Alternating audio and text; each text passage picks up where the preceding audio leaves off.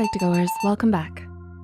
Depression is a voracious, unrelenting beast that not only warps your sense of time, it also warps your perception of the world around you. It's not affecting you alone. Your loved ones are also distressed because all they see is you seemingly trying to disappear for no reason.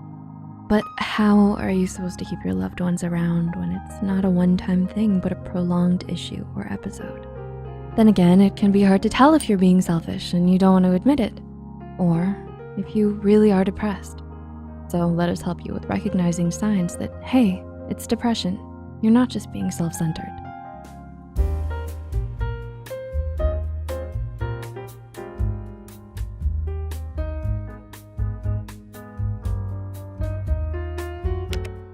Number 1, you constantly withdraw.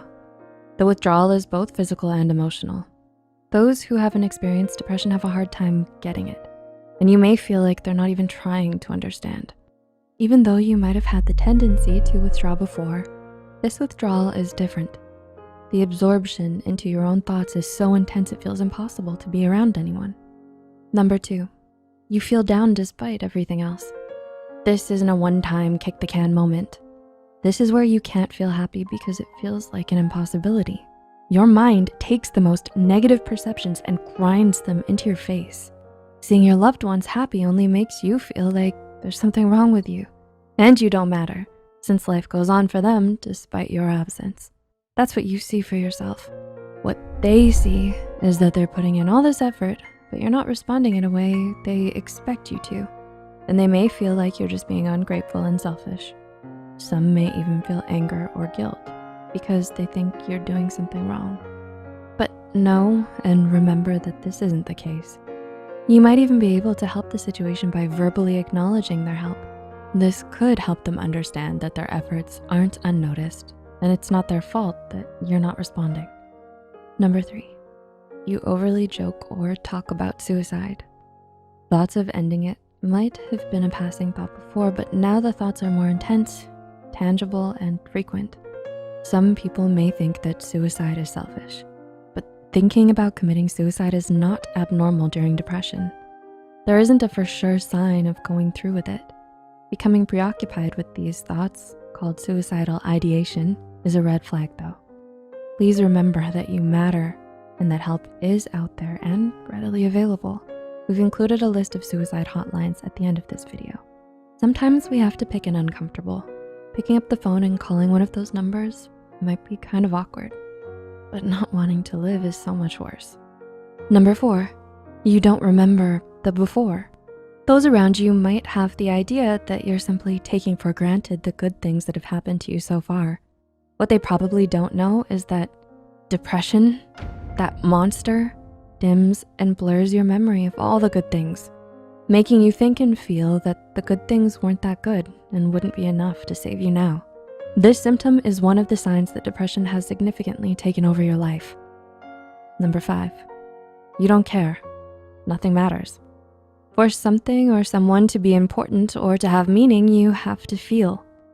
Unfortunately, since nothing elicits feeling, nothing is important. This is anhedonia.